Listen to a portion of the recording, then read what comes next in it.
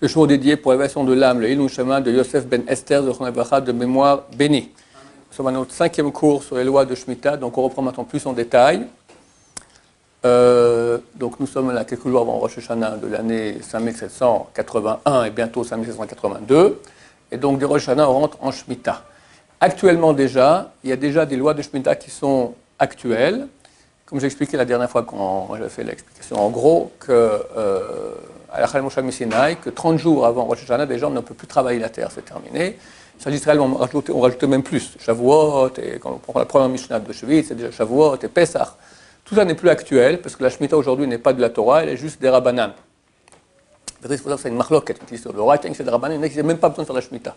Que Midat Chassidut, que une mesure de piété. Mais néanmoins, là, l'Acha aujourd'hui, on considère que c'est des Rabbanan. La majorité de poskim dit ainsi. Alors, vu que c'est que des Rabbanan, donc cette loi-là de l'Acha Moshe Sinai, que 30 jours avant Rosh Hashanah, on ne peut pas travailler la terre, elle n'existe plus. Par contre, comme j'ai expliqué, je vais rajouter des détails à ce sujet-là. Si quelqu'un plante, on ne peut pas planter d'arbres fruitiers dans la terre dès tout Béhav. Tout Béhav, on peut encore. Dès le lendemain, c'est avec le 16 Av, on ne peut pas. Donc 44 jours avant Rosh Hashanah, parce que on considère que 30 jours dans la terre, c'est comme une année. 14 jours, c'est le temps qu'il faut pour que l'arbre s'enracine. C'est en tout 44. Et où est le problème que je plante maintenant? Je répète ce que j'ai déjà expliqué. C'est que si on plante maintenant un arbre, pendant 3 ans, on ne peut pas en consommer la production. C'est hors là. Et en fait, s'il y a eu 30 jours, c'est considéré comme une année. Donc, si quelqu'un plante maintenant, il a planté un arbre avant, à tout Béhav ou avant, alors ces 44 jours sont considérés comme une année. S'il a planté maintenant, ce n'est pas considéré comme une année. Alors, ça sera quand la première année où il a planté? Ça sera l'année prochaine, l'année 5782. Et quand il va faire le compte, où les gens vont lui demander, ses petits-enfants vont dire, papa, on aimerait bien prendre un peu quelques clémentines de ton arbre que tu as planté. Et non, on ne peut pas, c'est hors là. Pourquoi? C'est quand? Ben, regarde, c'est l'année 5782, sa première année, 83, 84, dès 85, on pourra le manger. Ils disent, mais en 82, c'était la Shemitah. Quoi, tu as planté ton arbre en Shemitah? On a un grand-père ou un papa Racha, Chas Shalom, d'accord? Alors, c'est faux, lui, il a planté maintenant. Mais vu que maintenant, ça ne compte pas comme une année, alors la première année sera comptée quand 782, l'année de Shemitah, les gens vont se tromper. C'est juste Marit Ein, c'est juste par rapport aux gens. D'accord? Du point de vue de la réalité, il n'y a pas de problème. Mais vu que les gens vont croire que tu as planté ça en 7e année, donc dès maintenant, dès le tout Béhav, 44 jours avant Rosh Hashanah, on ne peut pas planter cela. Si on l'a planté, quelqu'un maintenant écoute mon cours, il dit « Oh là là, j'ai planté le bananier justement maintenant. » Le bananier, encore ça va, on peut discuter là-dessus, mais je ne sais pas si c'est un arbre. D'accord? Le cocotier, on l'a planté maintenant dans notre jardin, qu'est-ce qu'on en fait? Alors il faut le déraciner. Pas de discussion. Ah, mais il me casse les pieds ce rabbin, il est super marmire, je laisse le cocotier. Et il fait des noix de coco, d'accord? Est-ce que les noix de coco sont permises, oui ou non? Elles sont permises. Bien qu'il doit déraciner l'arbre, néanmoins, le fruit de cet arbre qui a été planté de façon interdite, il est permis. Ça, c'est pour les arbres fruitiers. Les arbres non fruitiers, il veut maintenant planter un non, manguier, ça fait des fruits, un manguier. Un chêne, d'accord? Un chêne, d'accord? Un sapin. En Israël, c'est le sapin, ouais. Un beau sapin, d'accord? Alors, il peut le planter maintenant, oui ou non? Non. En fait, c'est une marloquette, je vais expliquer de quoi il s'agit. Il y a une marloquette très, très puissante entre, on va dire, la majorité, enfin le Rambam, comme ça, et la majorité des poskim disent que l'interdiction de travailler la terre en 7e année, c'est une interdiction qui incombe l'homme. Comme ça, le Rabbi Abashou amène une preuve du Rambam. Le Rambam dit, la première loi de toutes les lois de Shvi du Rambam, que la Torah interdit à l'homme de travailler la terre la 7e année.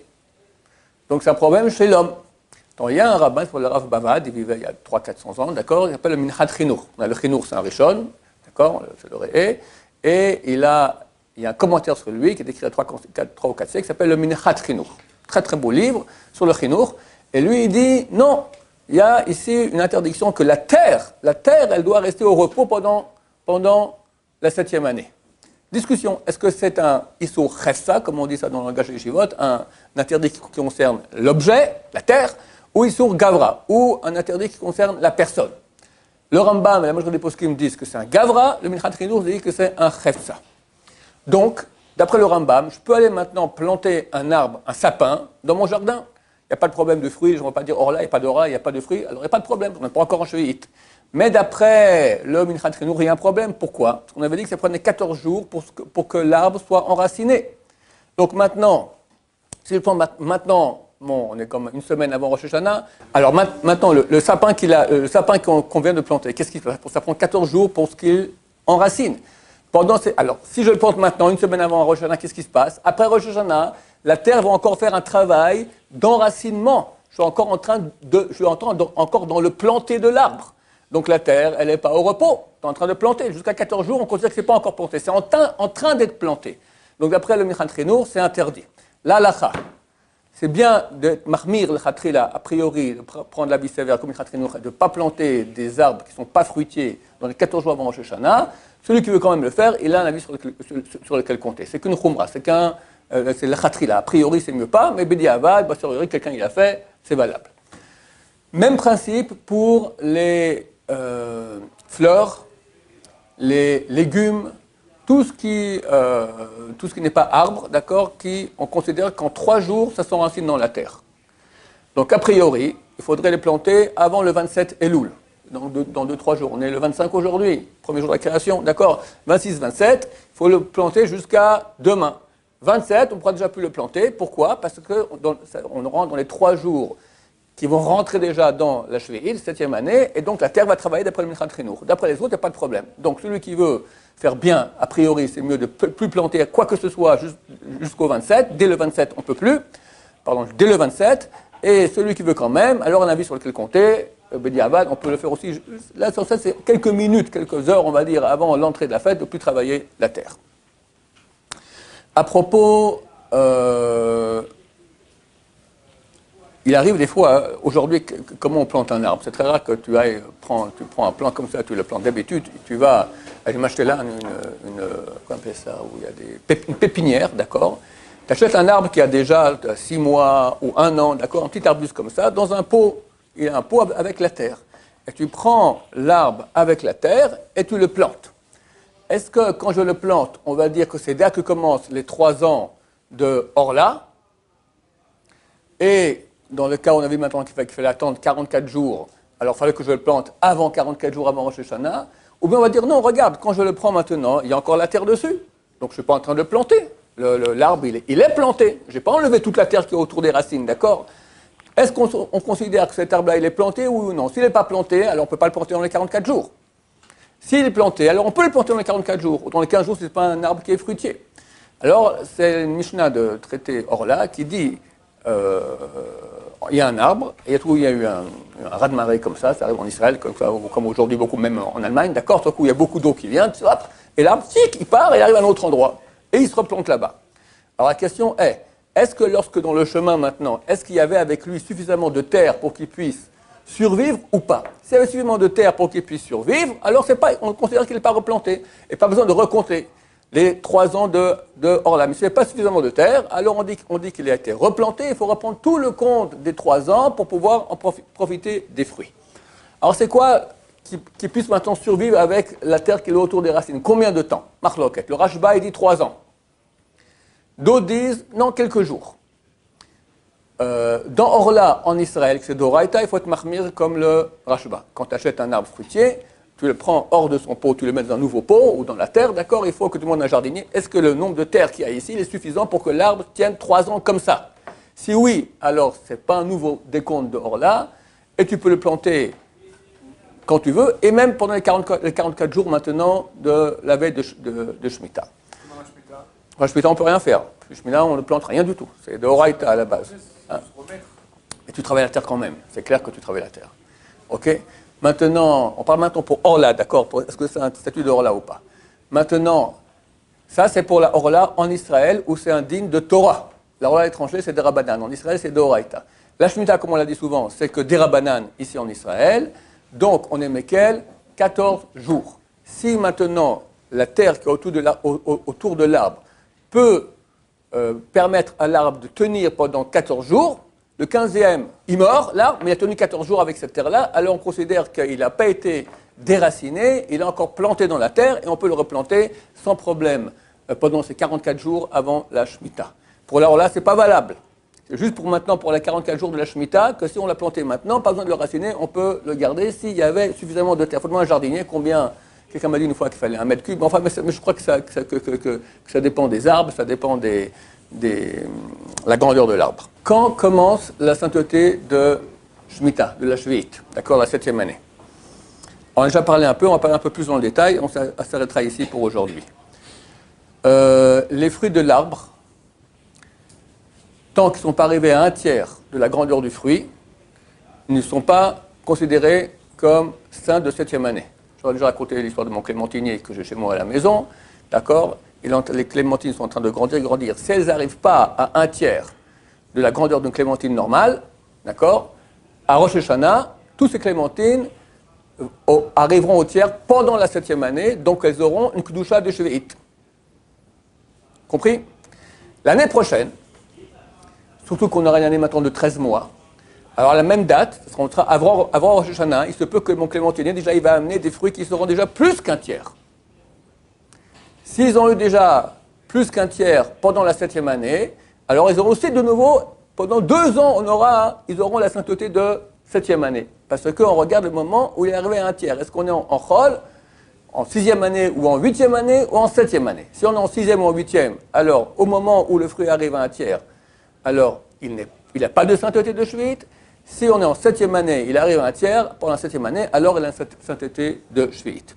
Idem pour les céréales, idem pour les féculents. Fèves, lentilles, tout cela on prend 1/3. Il y a 4 sortes de végétaux qui sont spéciaux. C'est le sésame, le millet, le pavot et le riz.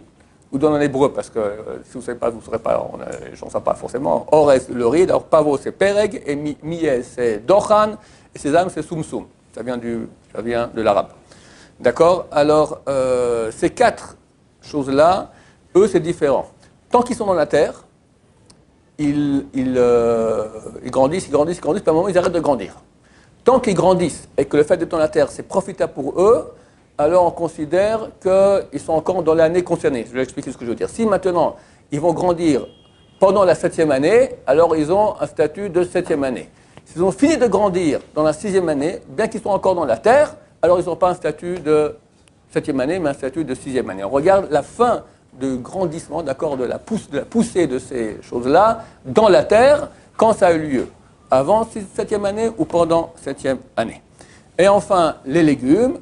Les légumes, comme j'ai dit, on va d'après la cueillette.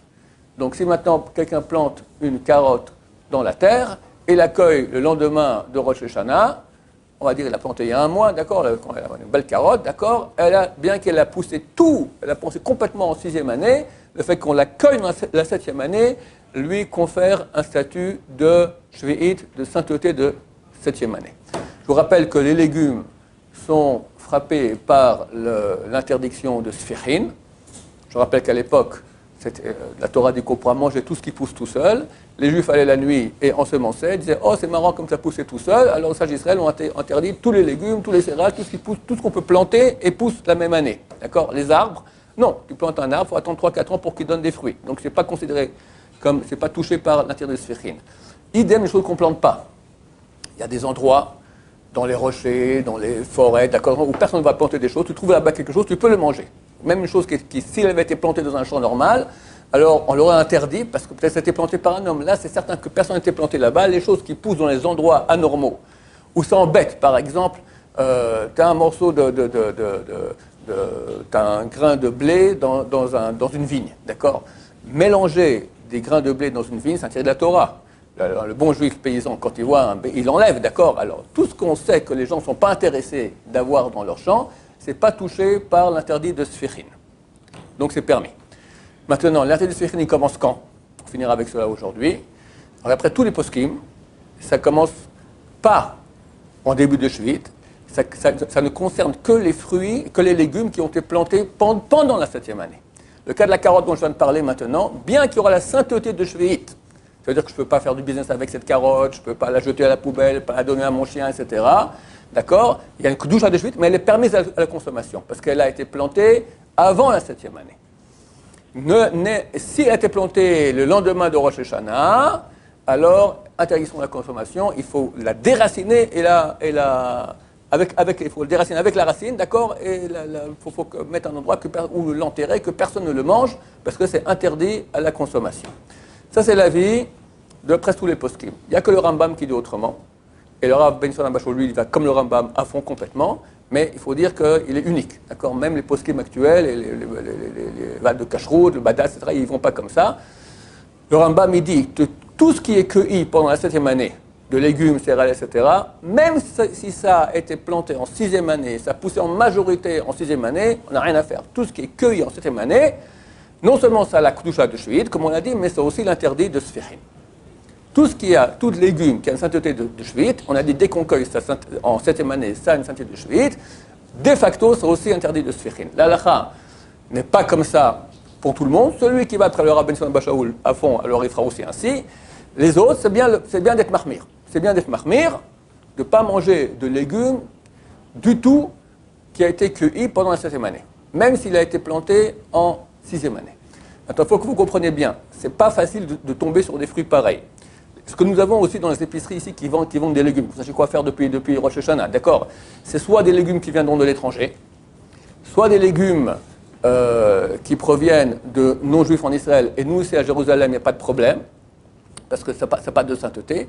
Et même maintenant à Bnei Brak, où on a dit que les fruits qui proviennent de Goïm en Israël, ça a une sainteté, il n'y a pas un issur de Sfirim sur ces légumes. Pourquoi? Tout ce décret a été fait parce que les Juifs allaient ensemencer leurs champs en cachette la nuit. Maintenant, là, tu achètes chez Ahmed, tu vas acheter maintenant ses patates.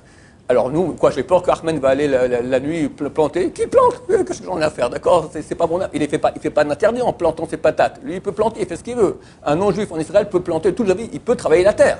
La question est-ce que les fruits ont une sainteté ou pas? Pour Jérusalem et Tzfat, ils n'ont pas de sainteté, le Beth Yosef. Pour le Mabit Razonish, ils ont une sainteté.